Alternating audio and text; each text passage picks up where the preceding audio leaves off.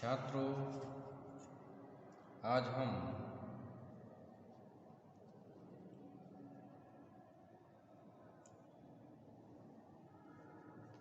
गोस्वामी तुलसीदास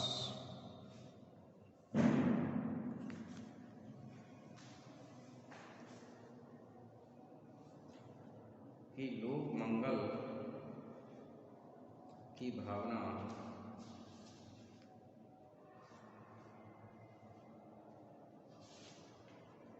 विषय पर चर्चा करेंगे।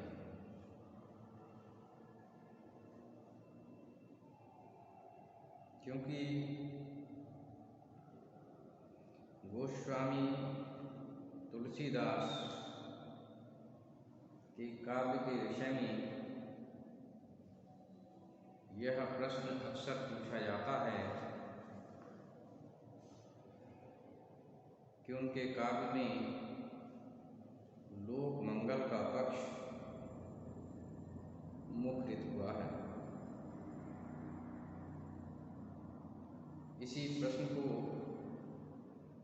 कई प्रकार से पूछा गया है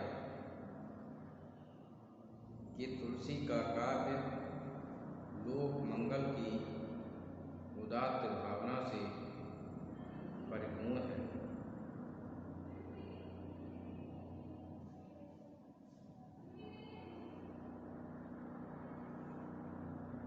लोक मंगल की भावना ही तुलसी के काव्य का प्रमुख आधार है।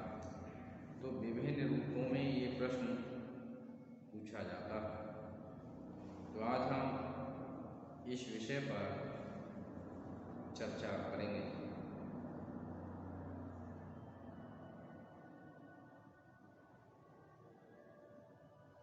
गोस्वामी तुलसीदास जी की प्रतिष्ठा का आधार रामचरितमानस है। रामचरितमानस में गोस्वामी तुलसीदास जी ने लिखा है कि स्वांत सुखाय तुलसी रघुनाथा भाषा निबंध मापनोति। कि यद्यपि उन्होंने इसमें ये लिखा है कि वो स्वांत सुखाय लिखते हैं, परंतु उनके साहित्य में लोक कल्याण की भावना सदैव मुखरित रही है।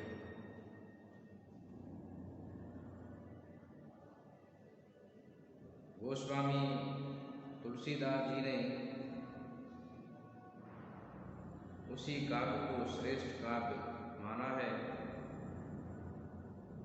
जिस काव्य के द्वारा मानव हित की बात कही गई हो और उनका काव्य स्वयं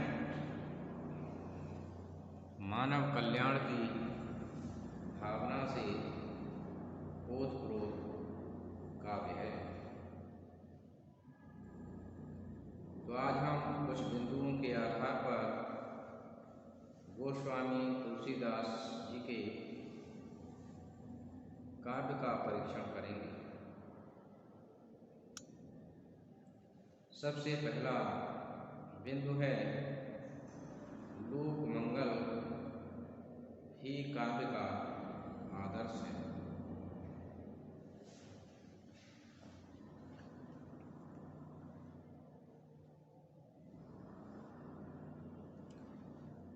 साहित्यकारों ने काव्य के विभिन्न आदर्श बताए हैं, जिसमें यश को प्राप्त करना, शिक्षा प्रदान करना,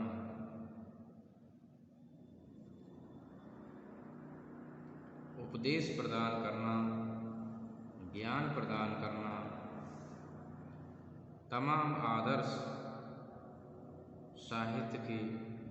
साहित्यकारों ने बताए हैं। परंतु गोस्वामी तुलसीदास जी इन सभी आदर्शों में लोक मंगल के लिए सर्वोपरि मानते हैं।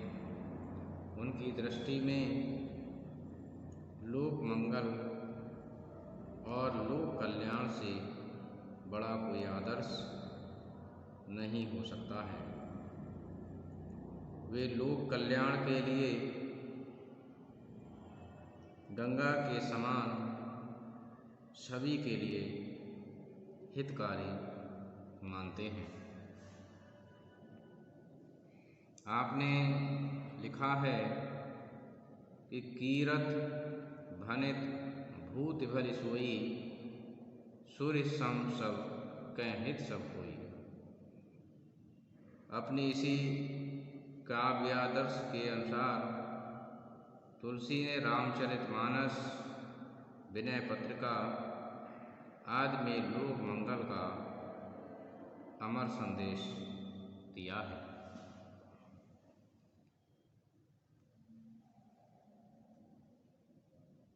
इस विषय में दूसरा प्रमुख बिंदु है लोक मंगल ही परम धर्म है। यद्यपि अनेक प्रकार के धर्म हिंदुस्तान में प्रचलित हैं,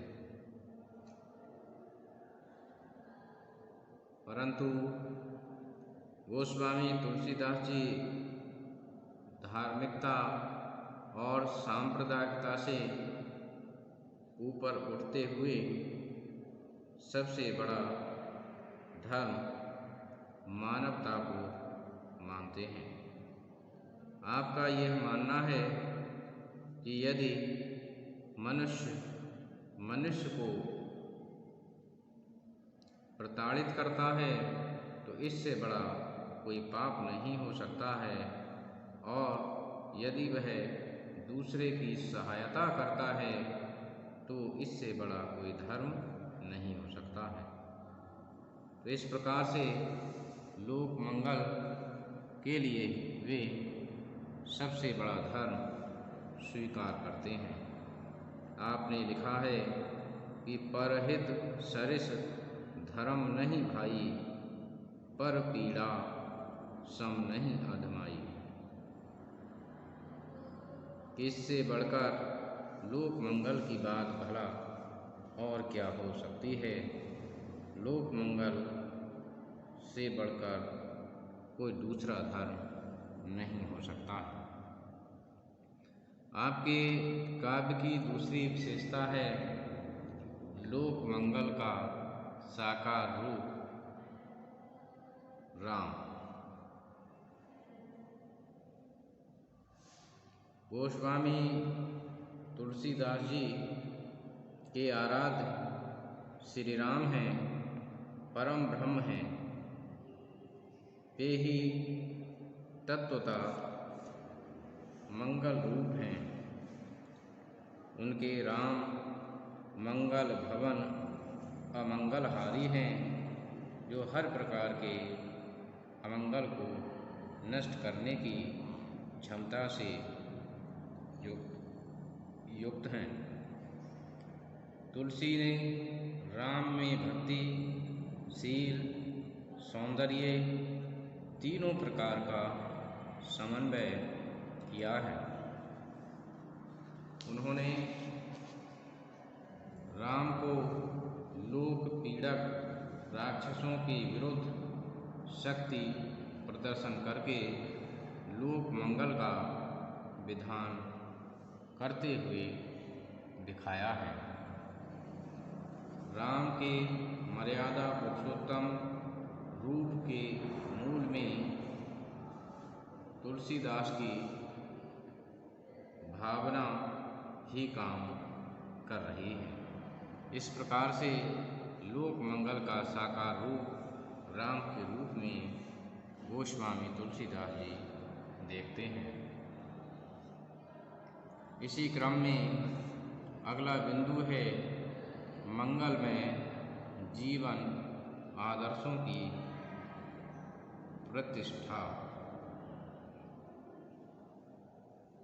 गोस्वामी तुलसीदास जी ने मानव जीवन के समस्त आदर्श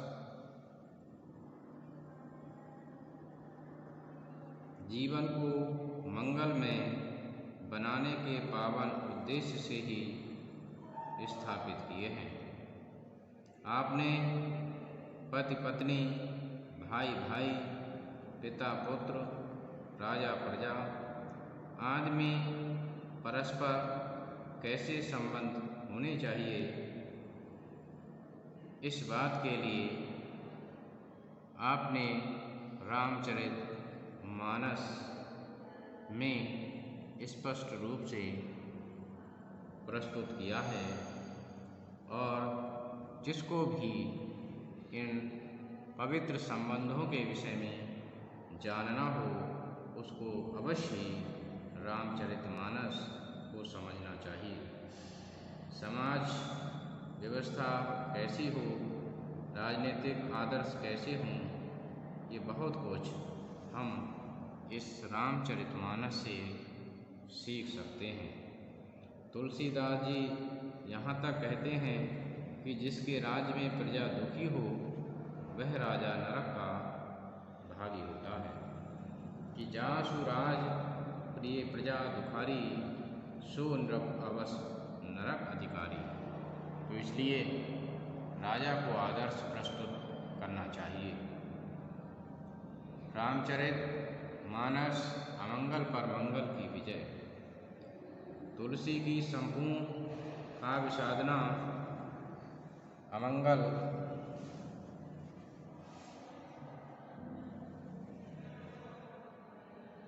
के विनाश और मंगल की प्रतिष्ठा के लिए हुई है। रामचरित मानस के नायक राम सत्य, न्याय, धर्म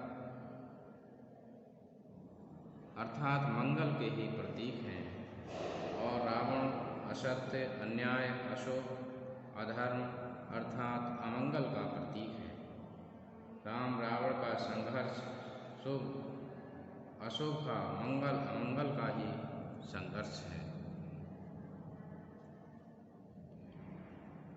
रावण पर राम की विजय अमंगल पर मंगल की विजय है। इस प्रकार रामचरितमानस वस्तुतः लोक पीड़ा पर लोक मंगल का विजय घोष सिद्ध होता है। तो इस प्रकार से हम देखते हैं कि उनके काव्य में लोक मंगल की भावना आद्योपांत व्याप्त है। धन्यवाद।